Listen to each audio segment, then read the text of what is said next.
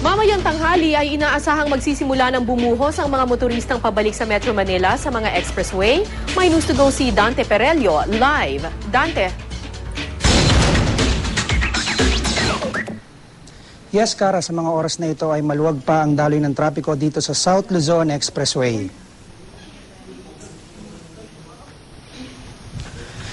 Kara, tinatayang nasa mahigit 200,000 mga sasakyan ang inaasahang dadaan papasok ng South Luzon Expressway ngayong araw.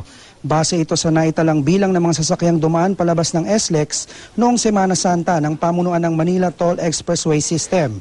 Sa ordinaryong araw, Kara, mahigit 150,000 sasakyan ang dumadaan dito sa SLEX. Bandang tanghali ngayong araw inaasahan ng traffic build-up. Sa Ayala Toll Plaza, kung saan karaniwang mahaba ang pila, ay maluwag pa sa oras na ito.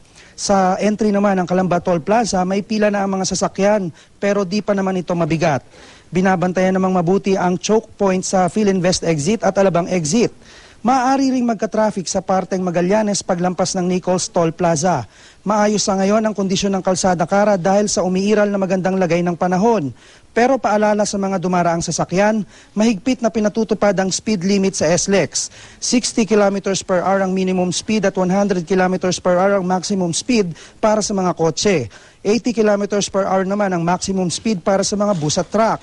Mula alas 6 ng umaga, 2 pa lang ang insidente ng stalled vehicle na naitala dahil yan, Kara, sa mechanical problem at flat tire. Bukod dyan ay wala pang namang naitalang aksidente rito sa SLEX.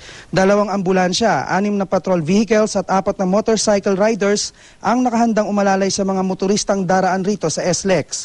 Maaari kayong tumawag sa traffic control hotline ng SLEX na 0908-880-7539 at 049-508-7539 sakaling may problema sa inyong biyahe at may katanungan ukol sa trapiko.